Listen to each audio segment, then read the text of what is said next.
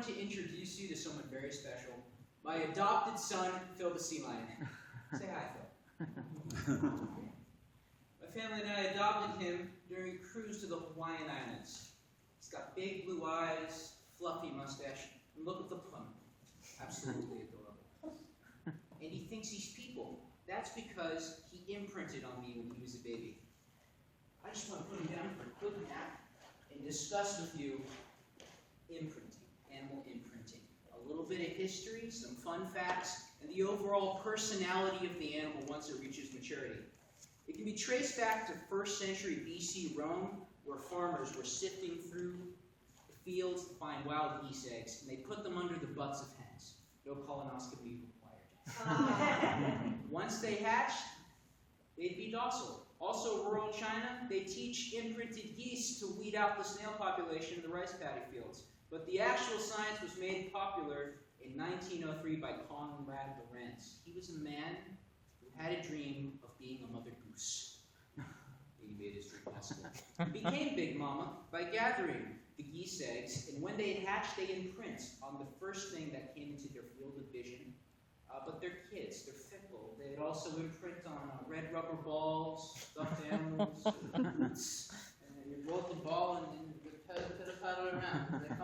So they had to stay diligent. And once the behavior became fixed, he was the object of their affection, their mother, and they'd follow him everywhere. His discovery led to concrete evidence that there is learning in all stages of animal life. The animals, once they learn this behavior, it is unlikely to be unlearned. That's why Phil, when we take him swimming, he wants to go in the people section, not the sea lion section. Since he imprinted on me, he only wants to associate with humans. We have Christian Mullet. You may have seen his YouTube videos. He's in his ULM flying machine. It's kind of the bicycle with wings. And he's got his imprinted geese. He's in the air, and they're flying geese on each side at his heels.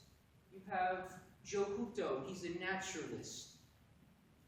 He became papa to a flock of wild turkeys.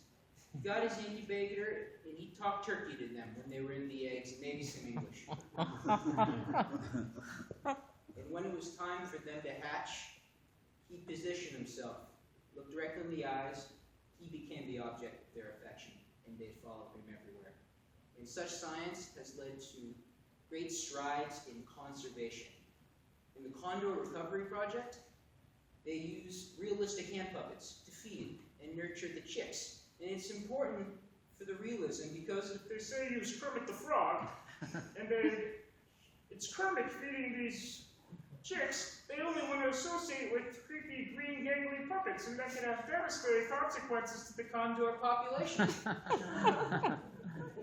The Wolong Panda Reserve, the workers dress up in big Mickey Mouse style panda outfits, and they're cuddling the cubs, nurture them, because it's important for them to be devoid of all human contact. For when it's time for them to be released back into the wild, they want to stay away from poachers, and they want to stick with their own. If I was in full Golem makeup from Lord of the Rings and I was using the voice and talking about Precious when I met Phil, I'd only want to associate with tragic weirdos, and a son of mine is going to hang out with a bad crowd. Do we have any mamas in the audience? Hopefully? Okay. You know why your kids won't leave you alone now. They've imprinted on you. They can spot you in a crowd from a mile away. That is what imprinting is. It is a critical period in an animal's life when it forms connections, gathers information about what it is, and with whom it will identify. It is the fine print in their lives where they develop who they are. That in Toastmasters?